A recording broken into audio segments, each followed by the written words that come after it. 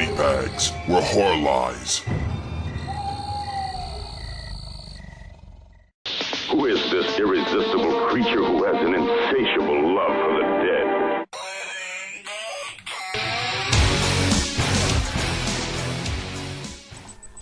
Hey guys, happy Thursday. This is your fright chick speaking. Okay, so it is gore week this week, and I really didn't know what to pick. So I've actually picked a Hellraiser film. Actually, I've picked Hellraiser.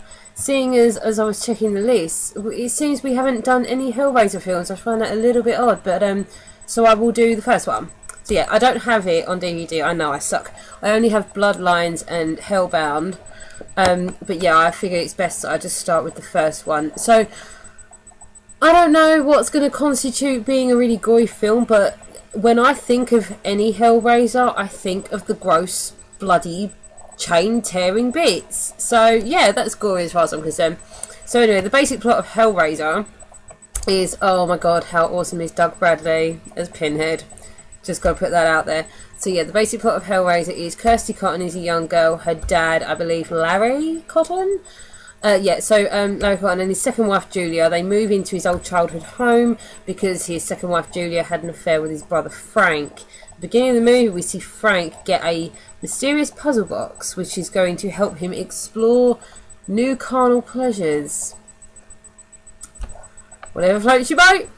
So yeah, he like messes around with the puzzle box, and then Pinhead and his Cenobites from like, I don't know if it's actually meant to be hell. I think it's just another realm of like pain and pleasure and all that sort of stuff.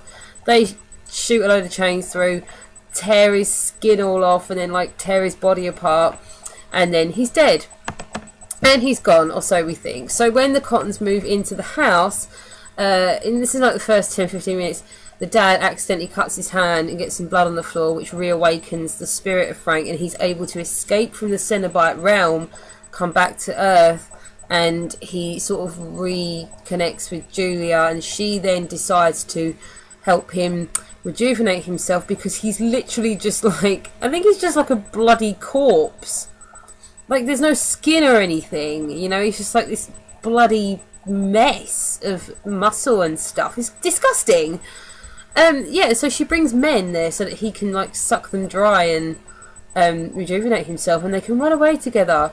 How romantic, with all the dead bodies on the floor and all the gaping wounds and just rotted flesh, and oh, how lovely a dream.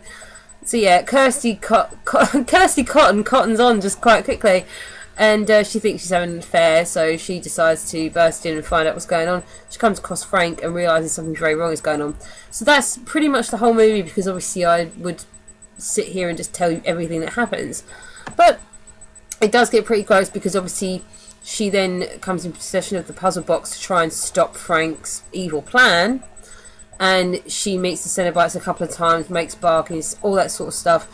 Every time the Cenobites are on the screen, like, it's just, oh man, it's so gross. I mean, the whole Hellraiser series, I don't know about you, but I've seen them all. Did you see Revelations? Did you see that shit? That was pretty gross, and Doug Bradley wasn't even in it. But the whole series in general is just a gore fest, because that's what they do. That's the point of the Cenobites, is that they want to give you the experience of extreme pain, because to them it's extreme pleasure and there is no difference anymore. And it's like usually hooks in the skin, which is really rank, or it's usually like exploding heads and melting skin and things, and just like the twin security guards that got their heads melted together. That was kind of awesome. And just, I don't remember if this is from the first one, but I find it absolutely terrifying when that female Cenobite, I'm pretty sure it might be the second one, but she's like, "You're teasing us, are you teasing us?" And it's like the most deadpan voice ever, and I don't think I've ever seen anything so terrifying ever in my life. Just horrible. So yeah, that's Hellraiser. Give it a watch. It's a great film. Clive Barker, came out in 1987.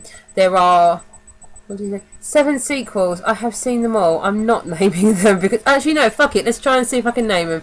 Okay, we've got number 2, which is Hellbound. Number 3, which is I don't remember number 3, and that was one of my favourite.